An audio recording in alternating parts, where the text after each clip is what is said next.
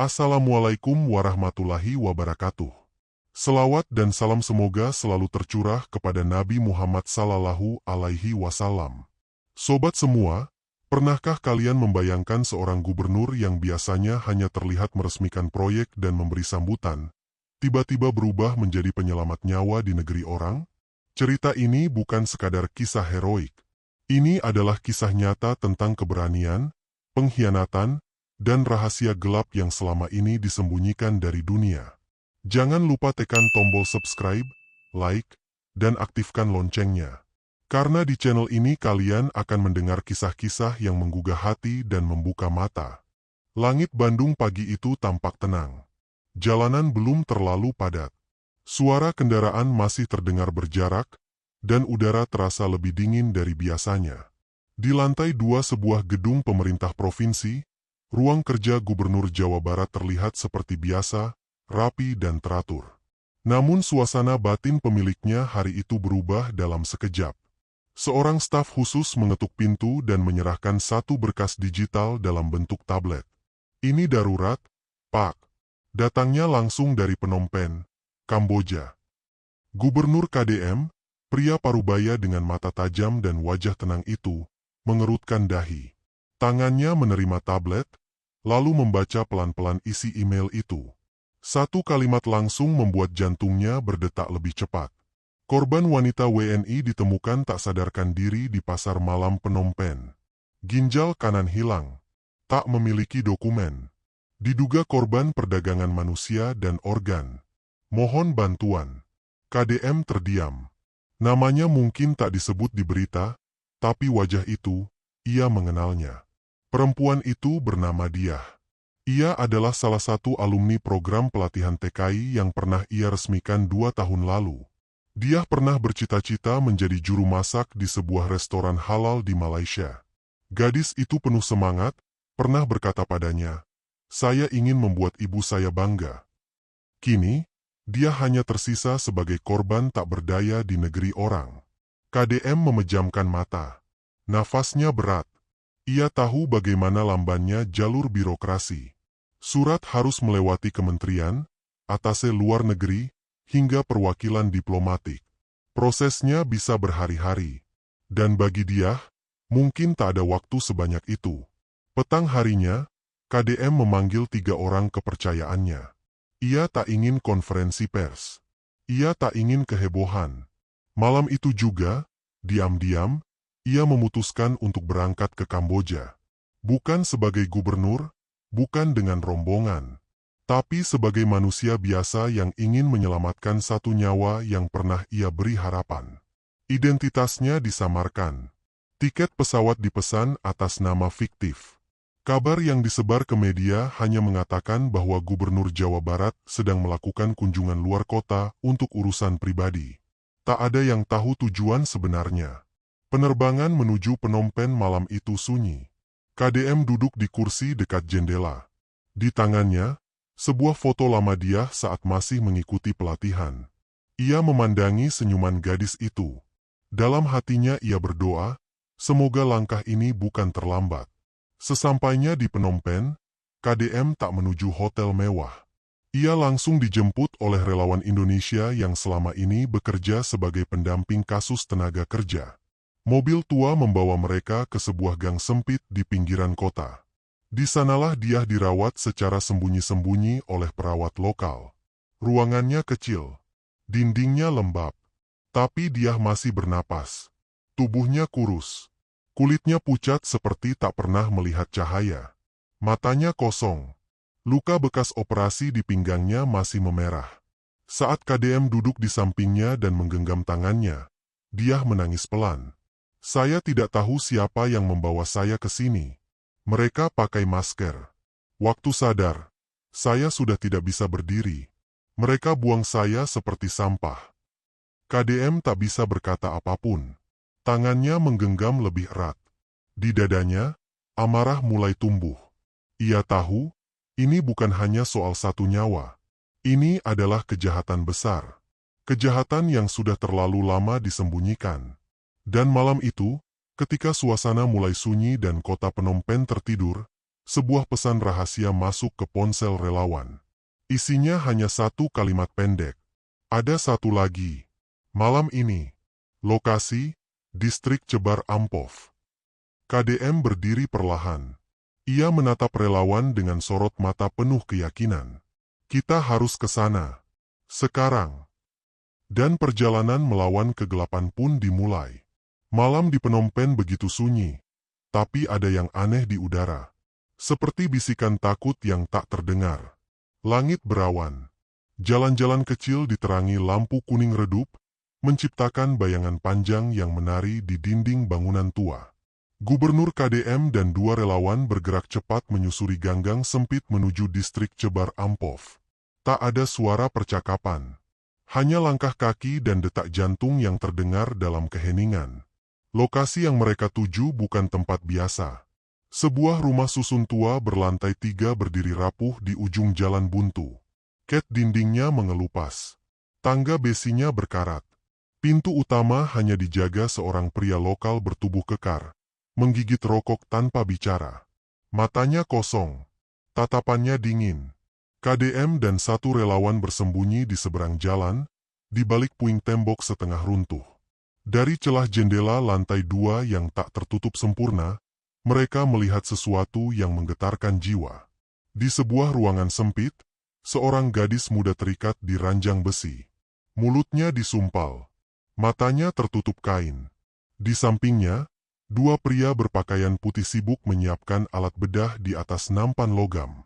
Lampu neon putih menyala terang di atas kepala mereka, menyinari semua ketakutan yang tak bisa diteriakkan. KDM mengepalkan tangan. Nadinya berdenyut kencang. Ia memberi isyarat pada relawan yang memegang kamera tersembunyi. Semua harus direkam. Ini bukan penyelamatan biasa. Ini adalah bukti. Tiba-tiba, seorang pria muda keluar dari ruangan dengan tas hitam besar di tangan. Cara dia memeluk tas itu, seperti membawa sesuatu yang sangat berharga. Ketika pria itu melintas tepat di bawah lampu lorong, KDM melihatnya jelas. Label putih di tas itu bertuliskan Medical Preserve 4 derajat Celcius. Tak butuh banyak logika untuk menebak isi tas itu. Ginjal. Atau mungkin lebih dari satu. Organ manusia yang dicuri dari tubuh korban tanpa suara. Saat KDM hendak bangkit, suara dari atas bangunan menggema lantang. Ada orang asing di luar. Tangkap dia. Situasi langsung berubah kacau. Lelaki penjaga mencabut pisau dari balik pinggangnya. Relawan mundur panik. Gadis terikat menjerit. Para pelaku mencoba kabur. Tapi KDM tak tinggal diam. Dengan gerakan refleks dari pelatihan bela diri masa mudanya, ia menerobos masuk. Satu lutut menghantam perut penjaga. Lelaki itu jatuh terbungkuk. KDM langsung membuka tali ikatan si gadis. Suaranya lirih tapi pasti. Aku Gubernur Jawa Barat. Kamu aman sekarang. Gadis itu tak bisa menjawab. Ia hanya menangis keras. Namun situasi di luar makin panas. Salah satu relawan diseret oleh pria bersenjata pisau. KDM mengambil kursi besi dari sudut ruangan dan melemparkannya tepat ke arah pelaku. Kursi menghantam kepala pria itu. Suara logam bertemu tulang memecah malam. Semua berhamburan. KDM, relawan, dan dua korban berhasil keluar dari gedung dengan napas tercekat. Mereka menyusuri gang belakang, tempat mobil tua telah menunggu. Pintu dibuka cepat. Para korban dimasukkan ke kursi belakang. Satu tas bukti dan satu kamera kecil turut serta. Di tengah perjalanan, suara pelan terdengar dari gadis yang baru saja diselamatkan. Aku tidak sendiri. Masih banyak yang dikurung di lantai bawah rumah sakit mereka. KDM menoleh tajam. Rumah sakit. Gadis itu mengangguk. Tempat khusus. Mereka sebut klinik. Tapi semua legal. Di atas kertas. Di dalamnya, neraka. Tak ada yang berbicara setelah itu. Hanya suara mesin mobil dan jalanan malam Kamboja yang terasa lebih sunyi dari biasanya. Gubernur KDM menyandarkan kepala di jok belakang. Matanya menatap kosong keluar jendela. Tapi pikirannya sudah jauh melangkah ke satu tempat yang baru disebut klinik. Dan di sanalah kengerian berikutnya menunggu. Pagi buta menyelimuti Phnom Penh dengan kabut tipis yang menggantung di antara gedung-gedung tua. Gubernur KDM duduk dalam diam di kamar sempit tempat mereka bersembunyi. Di hadapannya terhampar peta kota yang mulai kusam. Jari telunjuknya berhenti pada satu titik. Lokasi itu adalah klinik bertingkat 3 di pinggiran kota, terdaftar sebagai pusat perawatan herbal dan fisioterapi. Namun 2 korban yang mereka selamatkan malam sebelumnya menyebut tempat itulah pusat segala kengerian. Salah satu dari mereka, dengan suara gemetar, berkata, "Saya dengar suara tangisan. Suara mesin. Mereka sebut itu ruang bersih. Tapi tak ada yang keluar dari sana dalam keadaan hidup." KDM mengangguk perlahan. Tak ada waktu lagi untuk ragu. Ia menyusun rencana dengan 2 relawan, menyamar sebagai investor asal Malaysia yang tertarik dengan transplantasi organ. Pagi itu, mengenakan pakaian kasual dan topi lebar, KDM tiba di klinik bersama seorang relawan yang berpura-pura menjadi asistennya. Resepsionis menyambut mereka dengan senyum ramah. Seorang perempuan muda dengan wajah datar dan mata kosong seperti boneka. Nada bicaranya sopan, tapi tanpa perasaan. "Kami tertarik dengan layanan transplantasi regeneratif Anda," ujar KDM, menampilkan senyum profesional. "Silakan naik ke lantai 2, jawab si resepsionis singkat. Tangga menuju lantai 2 terbuat dari kayu mahal yang dipernis mengilap. Dindingnya bersih. Udara ruangan berbau antiseptik menyengat. Di sepanjang lorong, tergantung foto-foto pasien asing yang tampak bahagia pasca operasi. Kebanyakan adalah warga Eropa dan Timur Tengah.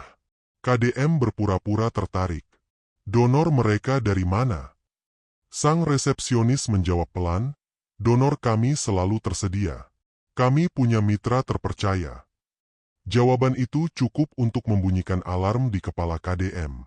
Ia menatap relawan di sebelahnya. Pandangan mata mereka saling memahami. Ini bukan sekadar dugaan. Ini adalah praktik terstruktur. Malam harinya, mereka kembali. Kali ini dengan satu relawan tambahan yang berpura-pura sebagai calon donor ginjal. Pria itu mengisi formulir singkat, lalu menjalani pemeriksaan tekanan darah. Setelah itu, ia dikurung di sebuah kamar kecil tanpa jendela. Di bajunya terpasang kamera tersembunyi. Dari monitor di markas persembunyian, KDM dan tim melihat semuanya. Ruangan itu steril, kosong, dengan satu ranjang dan satu infus yang telah dipasang. 2 pria berpakaian bedah masuk sambil membawa alat. Seorang pria asing duduk di balik kaca sambil berbicara dalam bahasa Arab. Suaranya jelas. "Donor siap. Operasi dalam 45 menit." Tapi hal yang paling mengejutkan terjadi saat salah satu dari dokter itu keluar ruangan. Ia berjalan cepat menuju koridor belakang, lalu menghilang melalui sebuah pintu besi kecil. Kamera tersembunyi di tas ransel berhasil menangkap gerak-geriknya. Pintu itu mengarah ke lift tua, dengan sistem sidik jari sebagai akses masuk. Tanpa banyak bicara, KDM dan satu relawan lain bergerak mengikuti dari belakang. Mereka menyusup masuk saat penjaga lengah. Lift tua itu menuruni lorong sempit ke bawah tanah. Begitu pintu terbuka, aroma besi dan darah langsung menyergap. Cahaya lampu remang menyinari lorong dengan dinding beton dingin. Di ujung lorong, sebuah ruangan besar terbuka. Isinya membuat napas mereka tercekat. Puluhan ranjang besi berjajar. Sebagian kosong. Sebagian berisi tubuh-tubuh muda yang tak bergerak. Di sisi kiri, sebuah freezer logam besar berdiri diam. KDM mendekat, membuka pintunya perlahan. Dalam hitungan detik, tubuhnya menggigil. Di dalamnya tersimpan kantong-kantong organ manusia. Ginjal, paru-paru, jantung. Semua diberi label plastik. Di setiap kantong, tertera bendera kecil. Merah putih, biru, kuning, hijau. Indonesia, Myanmar, Filipina, Laos. Tubuh KDM terasa lemas. Tapi tak ada waktu untuk diam. Di atas lemari logam, ia menemukan map arsip. Di dalamnya, tersimpan dokumen asli, daftar nama korban, surat kematian palsu, serta stempel resmi Kementerian Kesehatan Kamboja. Dan di salah satu sudut dokumen itu, tertulis nama pejabat diplomatik dari Indonesia. Lengkap dengan tanda tangan dan cap lembaga resmi. Sebelum mereka sempat menarik napas panjang, sirene berbunyi di lantai atas. Entah sistem mendeteksi penyusupan, atau petugas sadar bahwa satu pasien hilang. Alarm merah menyala. Ambil semua data. Hard disk. Foto. Apa saja, teriak relawan. KDM membuka lemari logam. Di dalamnya ada satu koper kecil berisi berkas dan flash disk. Ia mengambil semuanya. Di kejauhan, suara langkah kaki dan teriakan terdengar makin dekat. Mereka harus keluar sekarang. Tapi napas belum habis. Kengerian baru saja dimulai.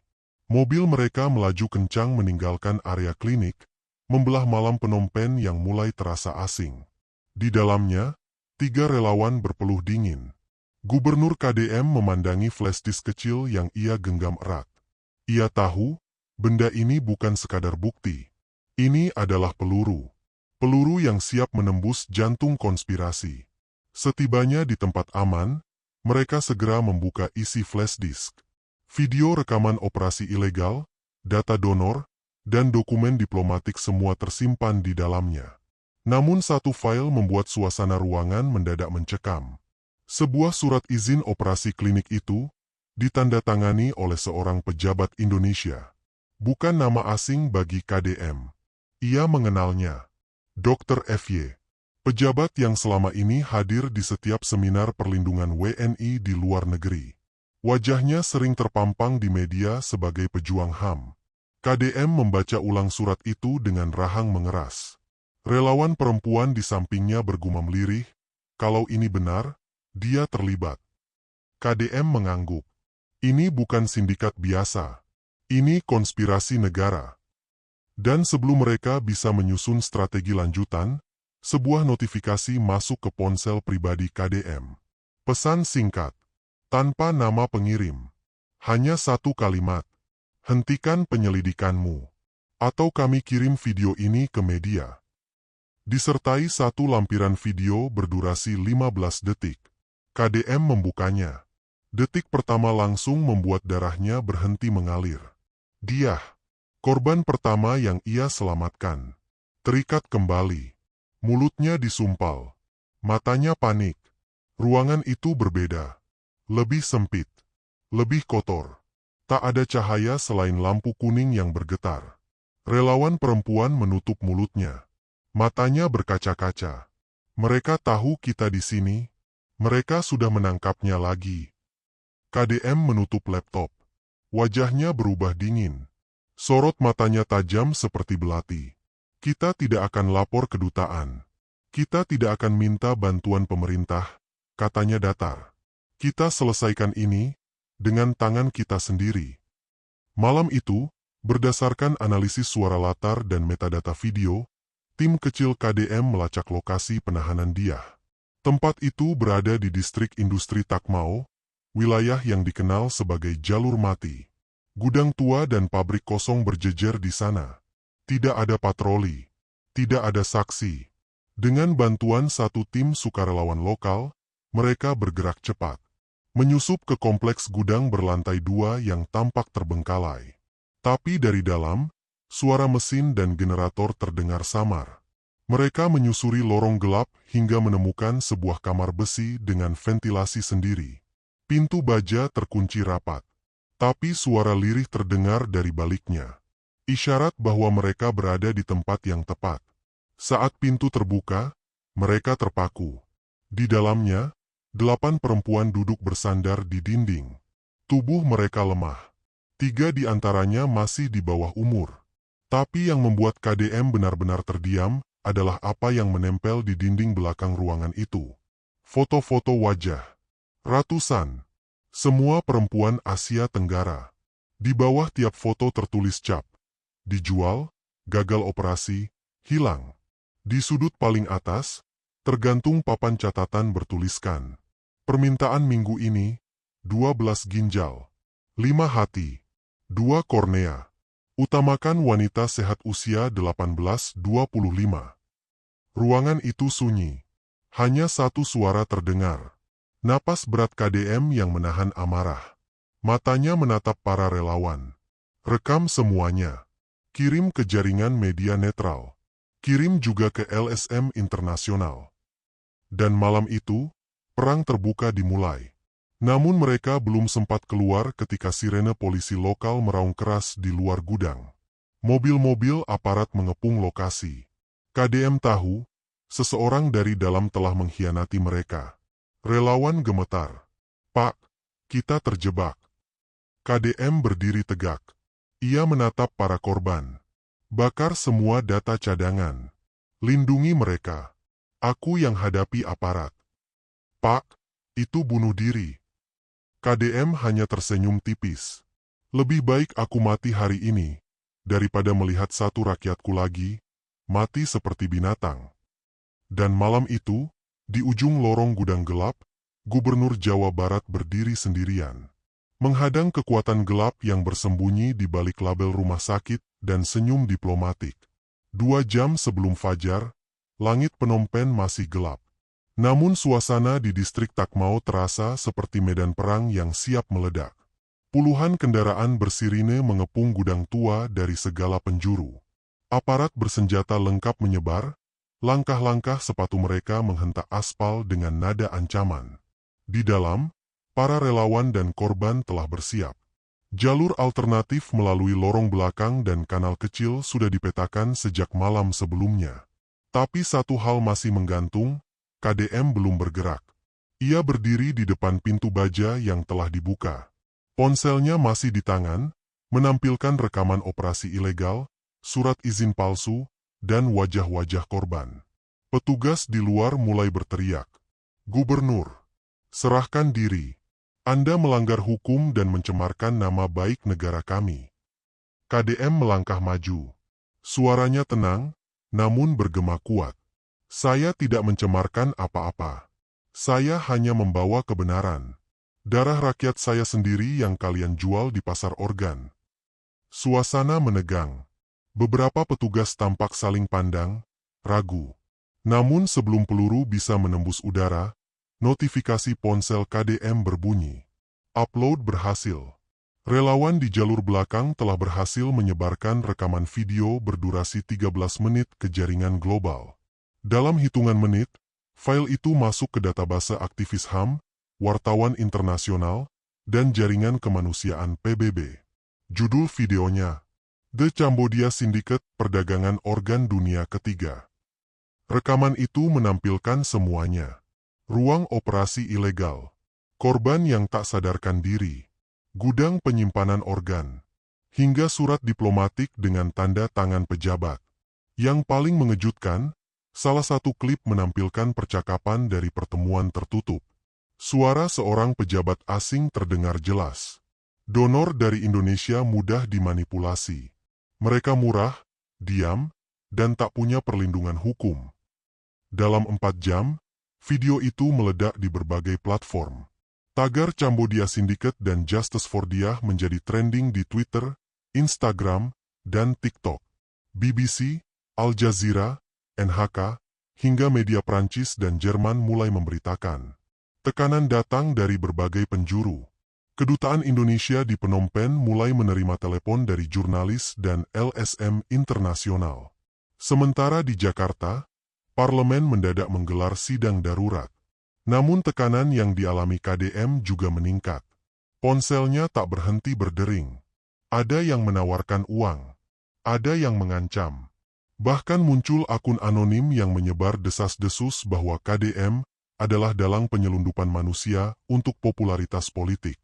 Tapi ia tidak tinggal diam. Dari tempat persembunyian, KDM menggelar konferensi pers darurat melalui sambungan daring. Beberapa media besar menyiarkan langsung. Wajahnya terpampang di layar, suara lembut namun menggetarkan. Ia memutar ulang bukti yang mereka dapatkan. Membacakan satu persatu nama korban. Menunjukkan surat-surat palsu yang disahkan oleh oknum resmi. Dan di akhir konferensi, ia berkata dengan mata tajam, Jika saya dibungkam, berarti ada sesuatu yang sangat besar sedang disembunyikan. Tapi selama napas ini masih ada, saya akan terus bicara. Karena di dunia ini, tidak ada jabatan yang lebih tinggi dari kemanusiaan. Di Indonesia, ribuan orang turun ke jalan. Mereka menuntut pemerintah bertindak. Keluarga para TKI mulai bersuara. Nama KDM menjadi simbol keberanian seorang pemimpin daerah yang berani menantang kejahatan internasional sendirian. 2 hari setelah video itu viral, Interpol mengumumkan Operasi Black Vine. Operasi gabungan internasional untuk membongkar jaringan perdagangan organ terbesar di Asia. KDM dihubungi langsung oleh Kepala Divisi Investigasi Interpol. Kami butuh Anda sebagai saksi kunci. Anda baru saja membuka pintu ke dalam rahasia gelap yang selama ini tak bisa kami tembus. Gubernur itu menatap layar ponselnya. Tubuhnya lelah, tapi pikirannya tegak. Ia tahu, perang belum selesai. Namun satu hal sudah pasti. Dunia, akhirnya mendengar. Di balik layar kegemparan internasional, KDM dan timnya tetap bergerak dalam senyap. Meskipun dunia mulai bersuara, sindikat tidak tinggal diam. Mereka memburu, menekan, dan menyusun ulang pertahanan. Di satu sisi, KDM menjadi simbol perlawanan. Tapi di sisi lain, ia juga menjadi target hidup. Pihak berwenang Kamboja menolak semua tuduhan. Mereka menyebut video yang tersebar sebagai rekayasa. Media lokal mulai dikendalikan. Polisi berpura-pura sibuk dengan urusan lain. Namun dari balik bayang-bayang kekuasaan, perang diam-diam terus berlangsung. Di tempat persembunyian sementara, KDM menggelar rapat kecil. Bersamanya ada 3 relawan, 1 jurnalis investigatif asing, dan seorang tamu tak dikenal. Seorang pria bertubuh tegap dengan suara berat memperkenalkan diri. Nama saya Raka, mantan satuan khusus dari Indonesia. Saya dikirim secara diam-diam oleh Jenderal TNI yang percaya pada Anda. KDM menatapnya tajam. Saya tidak butuh pengawal. Saya butuh penyelamatan berikutnya. Raka mengangguk. Saya tahu. Tapi Anda harus tahu batas. Kalau Anda tertangkap atau terbunuh, semua ini akan dikubur lagi. Namun tekad KDM tidak bergeser. Saya belum menyelamatkan semuanya. Masih ada 3 nama yang belum ditemukan. Malam itu, dengan penyamaran sebagai teknisi listrik, mereka menuju lokasi terakhir yang disebut dalam dokumen klinik, sebuah rumah penampungan ilegal di wilayah rawa. Rumah itu tampak seperti bangunan tua tak berpenghuni. Namun dari balik jendelanya, ada cahaya mesin. Di dalam, suara langkah kaki, suara pintu geser, dan jeritan tertahan. Mereka menyelinap masuk. Di lantai 2, di balik dinding palsu, mereka menemukan 3 perempuan muda. Salah satunya mengenakan pakaian pasien dengan luka bekas operasi yang masih segar. Saat KDM mendekat, ia menatap mata gadis itu. Mata itu menatap kosong. Namamu Fitri. Gadis itu mengangguk pelan, lalu jatuh memeluknya dan menangis dalam diam. Mereka tidak tahu bahwa salah satu dari 3 gadis itu telah kehilangan 1 ginjalnya, tanpa pernah tahu kapan dan bagaimana. Di ruangan lain, ada kotak pendingin kecil. Isinya, bukti yang tak terbantahkan. Namun tak lama kemudian, langkah kaki berat terdengar dari luar. 2 van hitam tanpa plat nomor berhenti di depan rumah. Dari dalamnya turun pria-pria bertubuh besar dengan senjata laras pendek. Tak ada tanda bahwa mereka polisi. Mereka bukan aparat. Mereka pemburu bayaran. Raka melirik KDM cepat. Pisah. Gunakan jalur kanal belakang. Saya yang tahan mereka. KDM menolak. Aku tidak bisa tinggalkan kamu. Raka hanya tersenyum tipis. Indonesia butuh kamu. Aku hanya bayangan. Tembakan pertama meletus. Lorong sempit berubah jadi ladang baku tembak. Raka menahan laju peluru dengan senjata pendek seadanya. Sementara KDM dan para korban didorong keluar lewat pintu belakang, menyusuri jalur kanal kecil di belakang rumah. Di sana, 1 perahu kecil telah menunggu. Mereka naik cepat. Air kanal bergelombang. Bau rawa menyengat. Di belakang, suara tembakan masih terdengar, namun perlahan memudar. Perahu itu membawa mereka menyusuri kanal tua menuju distrik Kampot. Di sanalah, satu helikopter sipil yang menyamar sebagai alat survei pertanian telah disiapkan oleh kontak rahasia. Namun sebelum naik, KDM menerima satu pesan suara. Tak bernama, tak bertanda. Suara pria berat itu hanya berkata, "Kamu mungkin menang hari ini, tapi perang ini sudah ada jauh sebelum kamu lahir. Jangan pikir kamu pahlawan. Kamu cuma saksi. Dan saksi bisa dibungkam." KDM memutar ulang suara itu sambil menatap langit yang perlahan memerah di ufuk timur. Ia tahu, permainan ini jauh lebih dalam dari apa yang telah ia lihat. Di tangannya, ada satu flash disk terakhir. Isinya, rapat rahasia sindikat yang menyebut nama-nama negara besar sebagai pembeli utama organ ilegal. Itulah peluru terakhirnya. Peluru yang akan ditembakkan, hanya saat waktu yang tepat tiba. 3 minggu setelah operasi penyelamatan terakhir di Kampot, Indonesia menyambut kembali sosok yang sempat hilang dari radar dunia. Di Bandara Internasional Soekarno-Hatta, kerumunan wartawan dan warga sipil memadati pintu kedatangan internasional. Namun KDM, Gubernur Jawa Barat yang selama ini diburu dan dicari, tak datang dengan iring-iringan pejabat. Ia melangkah perlahan, menggandeng seorang gadis berjilbab putih bersih di sisinya. Gadis itu adalah Fitri, salah satu korban terakhir yang berhasil ia selamatkan. "Saya bukan pahlawan," ucap KDM lirih saat dikerubungi wartawan. "Saya hanya melakukan apa yang seharusnya dilakukan setiap manusia saat melihat saudaranya disakiti." Hari yang sama, gedung DPR RI menggelar sidang terbuka luar biasa. Dunia menonton. Para aktivis HAM, jurnalis internasional, dan perwakilan dari Interpol hadir. Kursi persidangan penuh sesak, tapi suasana sunyi saat KDM melangkah ke podium saksi. Ia membawa satu flash disk. Di hadapan semua orang, ia memutar rekaman terakhir. Dalam layar besar, terpampang wajah-wajah anggota sindikat. Suara-suara diskusi dingin terdengar jelas. Mereka membahas harga ginjal, paru-paru, hati, hingga kornea dengan satuan dolar. Mereka menyebut para korban sebagai inventori, persediaan, stok. Beberapa anggota parlemen menunduk. Beberapa lainnya pucat dan saling pandang tanpa kata. Tapi publik sudah lebih dulu menonton video itu yang telah beredar sejak pagi di media sosial. Tak ada ruang untuk menyangkal. Seminggu kemudian, Indonesia secara resmi mengajukan kasus ini ke Pengadilan Internasional di Den Haag.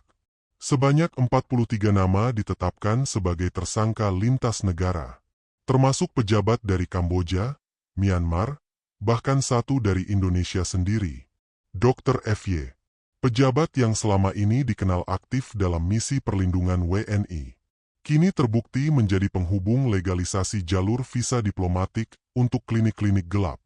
Namun saat tawaran jabatan, penghargaan internasional, dan gelar kehormatan berdatangan pada KDM, ia menolak semuanya. "Saya tidak mencari panggung," ucapnya dalam satu wawancara singkat. "Saya hanya mencari keadilan untuk mereka yang tidak pernah punya suara." Di akhir masa jabatannya, KDM membangun sebuah rumah singgah besar di Jawa Barat. Gedung sederhana namun hangat itu ia beri nama Rumah Diah. Sebuah tempat rehabilitasi dan perlindungan bagi TKI korban kekerasan dan perdagangan manusia. Di depan bangunan itu terpampang satu kutipan. "Bahkan jika dunia menutup mata, satu langkah kebaikan bisa membuka cahaya." Di dalam rumah itu, para penyintas mulai membangun hidup baru. Beberapa membuka usaha, beberapa menjadi relawan. Bahkan dia, gadis yang pertama kali diselamatkan, kini melanjutkan kuliah di Fakultas Hukum. Ia bercita-cita menjadi pengacara, untuk membela orang-orang yang selama ini dibungkam. Namun kabar mengejutkan datang dari luar negeri. Salah satu buronan utama sindikat yang lolos dari operasi Interpol ditemukan tewas di Serbia. Tidak ada sidik jari, tidak ada catatan perjalanan.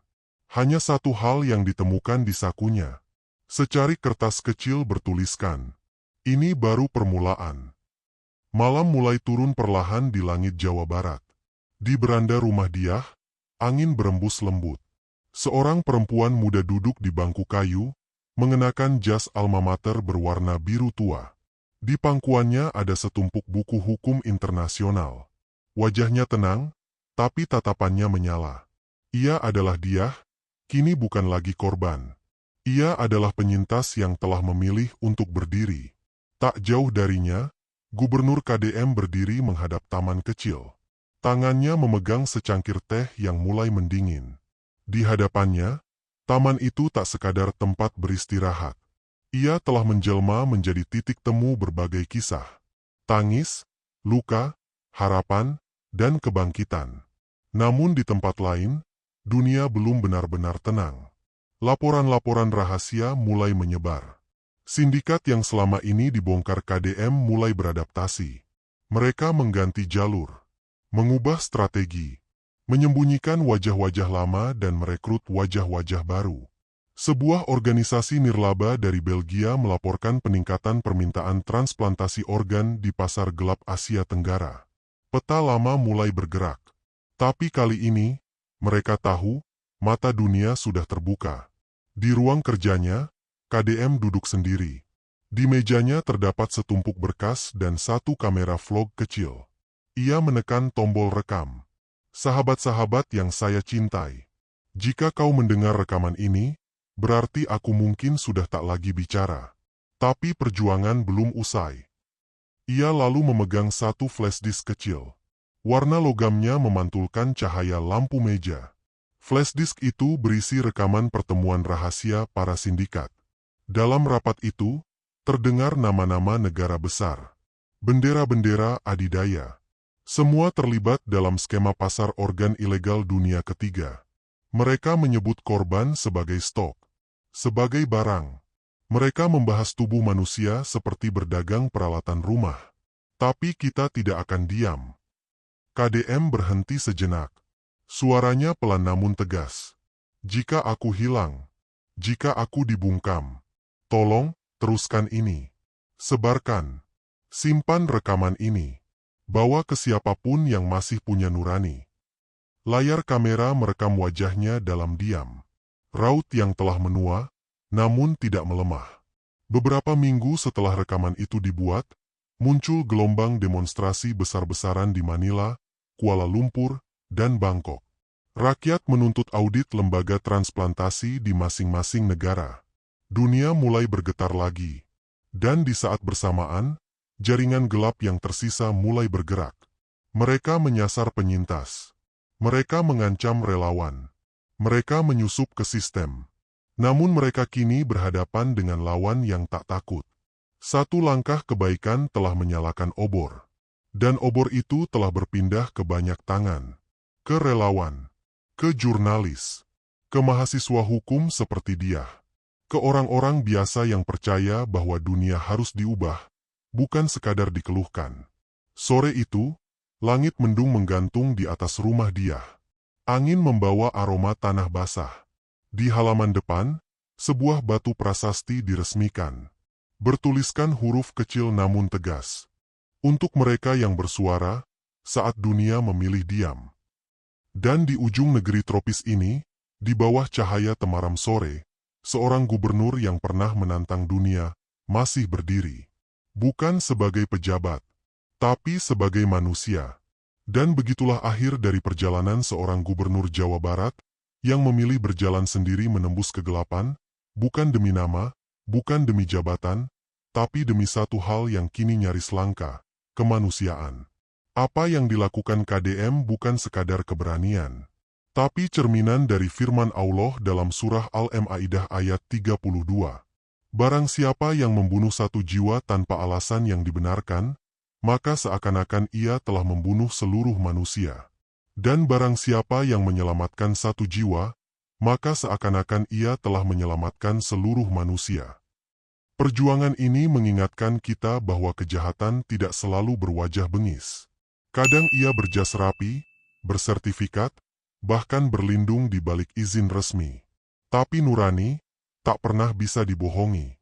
Hikmah dari kisah ini adalah bahwa satu langkah kecil untuk membela kebenaran dapat mengguncang dunia. Bahwa satu suara, bila dilantunkan dengan iman dan keberanian, bisa menjadi pelita di tengah kegelapan sistem yang rusak. Dan untuk semua sahabat Suara Kakek yang masih setia mendengarkan hingga akhir, jangan pernah takut untuk melawan ketidakadilan. Karena selama di dada kita masih ada detak, selama di lidah kita masih bisa bersaksi, maka perjuangan itu belum usai. Semoga cerita ini menjadi pengingat bahwa dunia bisa diam, tapi langit mencatat. Wassalamualaikum warahmatullahi wabarakatuh. Sampai jumpa di kisah nyata berikutnya, hanya di channel Suara Kakek.